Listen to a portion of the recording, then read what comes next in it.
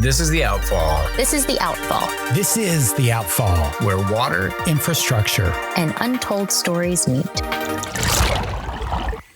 So earlier this summer, my wife and I were paddling this amazing crystal clear river in northern Michigan. And somewhere in the middle of it, she asked me, why is this a river, not a creek? I gave her an answer because, that's what I do. I know now I was completely wrong. So I went digging, and it turns out a creek doesn't mean what you think it means. It hasn't for 400 years. Nobody's ever fixed the map, which is why my creek is bigger than your river and why the answer has almost nothing to do with the water. This is one of our 5-minute shorts. The clock is ticking. Let's go. Ask most people, and the answer comes fast. Creeks are small.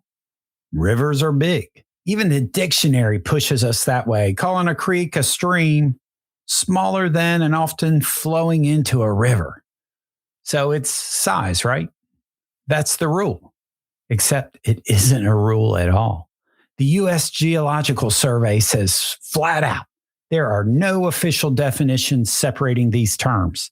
And the federal place name system files every flowing waterway in America, creek and river alike, under one category: stream.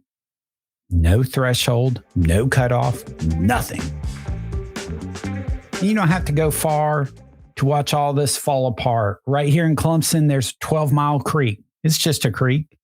45 minutes away in Greenville, there's the Reedy River, a river, except 12 Mile Creek drains more than twice the land area, and on a typical day carries close to twice the water.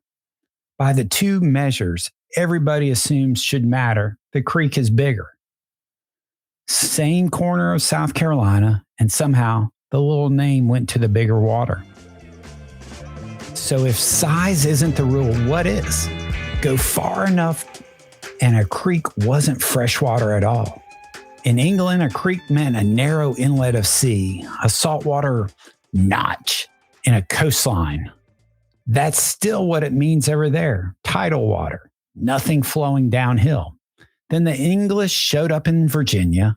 They sailed into the Chesapeake and found these enormous winding tidal estuaries. The big ones, they called rivers. The narrow tidal channels branching off them, they called creeks. Exactly back home. Same water, same word. But then they followed these creeks upstream and they hit the fall line where the tide stops reaching and the water starts flowing one direction, downhill. Out of the uplands, the mountains, fresh water, a completely different thing. And George Stewart, who wrote the definitive book on American place names, says they just kept calling it a creek because it looked like the same channel, same banks, same bend. That's a change. It's a mutation.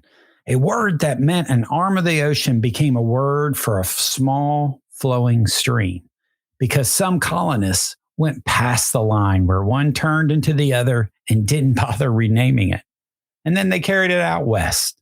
Virginians moved across the continent with that definition in their mouths, which is why creek is now the most common word for flowing water in America. Stewart even points out that a Virginia creek was usually bigger than an English river. And creek is just one word. USGS counts at least 121 different terms that get all filed under the one category, stream. Bayou, fork, and so on. Full list is in the show notes. And they cluster. In Pennsylvania, 65% of streams are runs. In Tennessee, 57% are branches. In New Hampshire, 86% are brooks. How about that?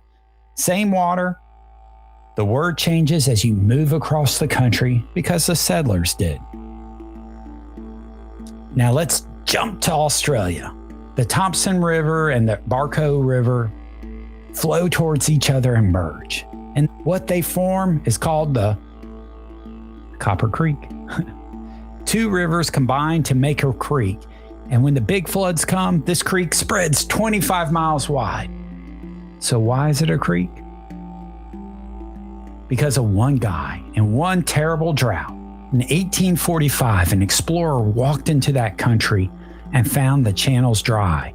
Just a string of water holes sitting in the sand, nothing out there that looked like a river. He named it for Charles Cooper, the Chief Justice of South Australia. Wrote the creek on the map and moved on. Well, the drought ended, the name didn't. And Cooper Creek isn't the exception, it's the rule.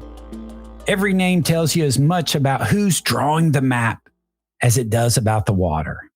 So next time we're out on that Michigan water, and my wife asks me why it's a river and not a creek, I've got this answer ready.